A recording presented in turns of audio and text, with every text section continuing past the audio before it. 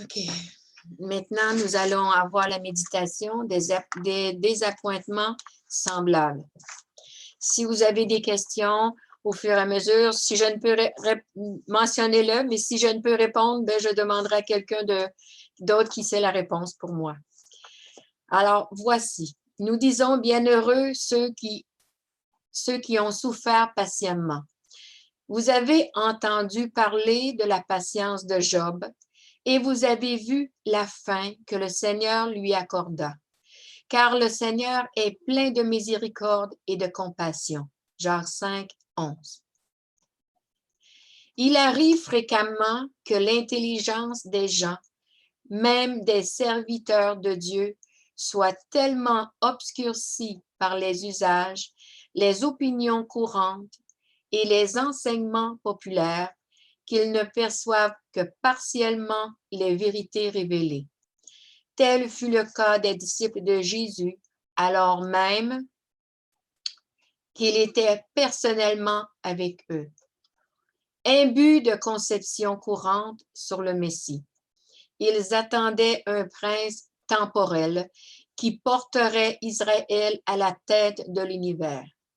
De là leur incapacité de comprendre le Sauveur quand il leur parlait de ses souffrances et de sa mort.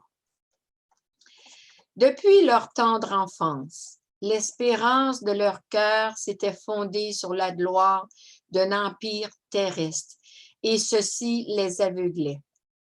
L'épreuve des disciples qui prêchèrent l'évangile du royaume lors de la première venue du Seigneur a eu sa contrepartie dans l'histoire des prédicateurs de sa seconde venue. Comme les premiers disciples, Miller et ses collaborateurs ne comprirent pas exactement la portée du message qu'ils proclamaient. Des erreurs ayant cours depuis longtemps dans l'Église les empêchaient d'arriver à une interprétation correcte d'un point important de la prophétie. C'est pourquoi, bien qu'ils fissent entendre au monde le message que Dieu leur avait confié, ils subirent une déception. Pour ces croyants, comme pour les premiers disciples, ce qui paraissait mystérieux au moment de l'épreuve deviendrait évident par la suite. En voyant la fin que le Seigneur allait leur accorder, ils apprendraient qu'en dépit des épreuves qu'ils s'étaient attirés par leur erreur, ces desseins ne s'étaient pas moins accomplis. Une heureuse expérience leur montrerait que le Sauveur est miséricordieux et compatissant et que tous les sentiers de l'Éternel ne sont que bonté et fidélité pour ceux qui gardent son alliance et ses commandements. Voilà. Est-ce qu'il y a des gens qui aimeraient partager sur ce texte que je viens de lire, qui auraient des questions ou des choses qu'on aimerait voir ensemble? Oui?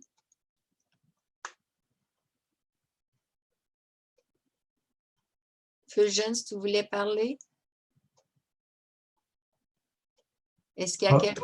En fait, moi, ce que je voulais dire, c'est que comme Miller, en fait, il a eu une lumière, mais avec cette lumière, justement, avec la vie que l'Église vivait à ce moment-là, il n'était pas capable, en fait, de comprendre toute la portée de ce message.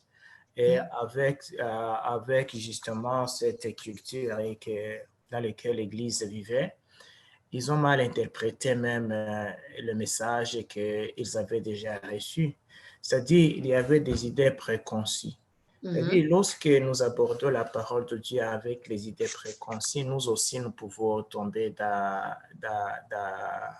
la même erreur. Heureusement que le Saint-Esprit est toujours là pour nous guider. Et si vraiment nous avons besoin de rechercher la vérité, c'est sûr que le Saint-Esprit va nous éclairer et va nous donner tout ce que nous avons besoin pour nous et pour le monde entier. Merci. Merci, Fulgence. Très bon message. Est-ce que quelqu'un d'autre aimerait partager sur le passage, sur le message qui a été des appointements semblables qui ont vécu dans le temps de Miller? Est-ce que d'autres aimeraient partager là-dessus?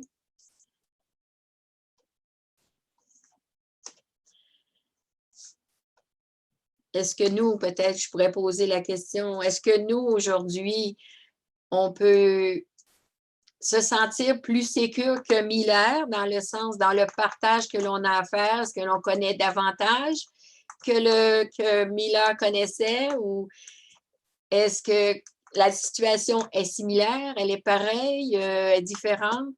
Qu'est-ce que vous en pensez? Marie, est-ce que je peux poser une question? Oui, oui, oui, oui. Ma question est que ici, ils ont utilisé le mot erreur. Oui. Moi, je pensais que c'est Dieu qui n'avait pas voulu qu'ils connaissent tout. Est-ce que c'est vraiment une erreur? Je ne pensais pas que c'était une erreur. Bien, si on peut dire que moi, peut-être que quelqu'un, pasteur peut me corriger ou quelqu'un d'autre, là, je crois que dans le sens, ça peut être une erreur, dans le sens que on vient avec un bagage d'informations avant souvent de comprendre les enseignements de Dieu. Et puis là, à ce moment-là, les deux se cheminent ensemble, nos connaissances du passé et les nouvelles connaissances.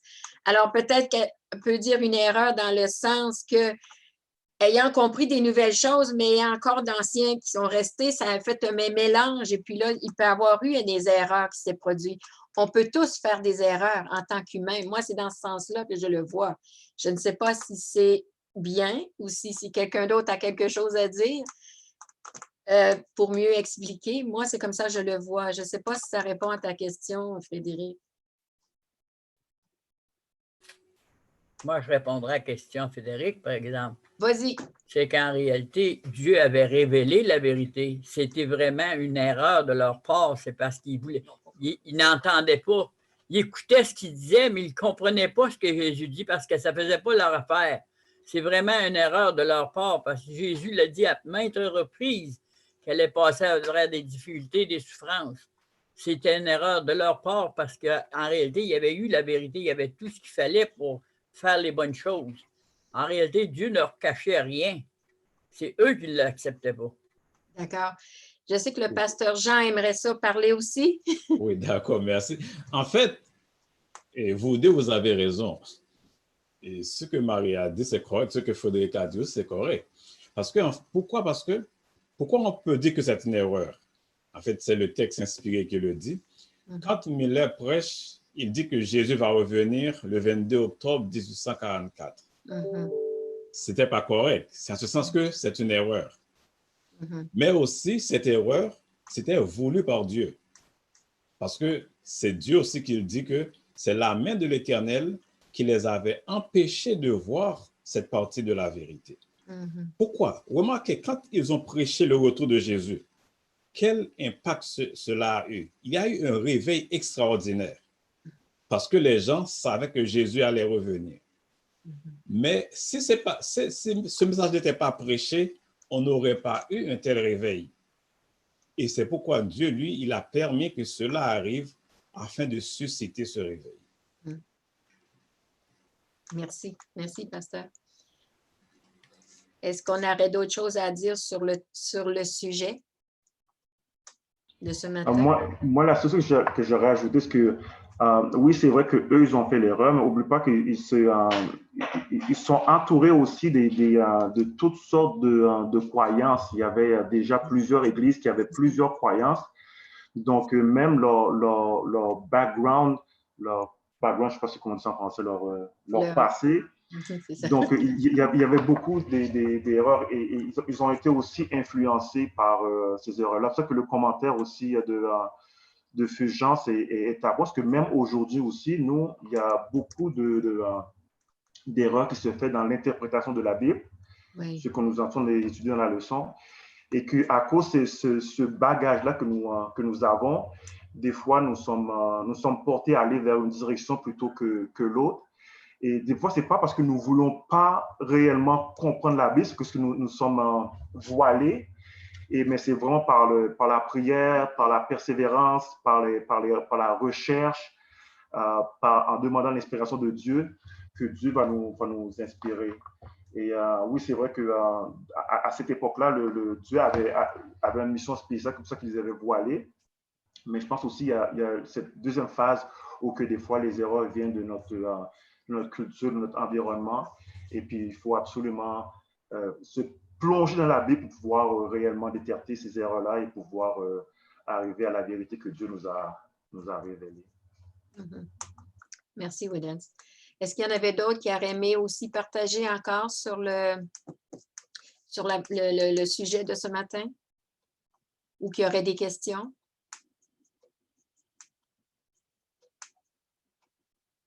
Pas de questions, pas de sujet. Alors, nous allons à ce moment-là continuer avec le prochain chant, le numéro 346.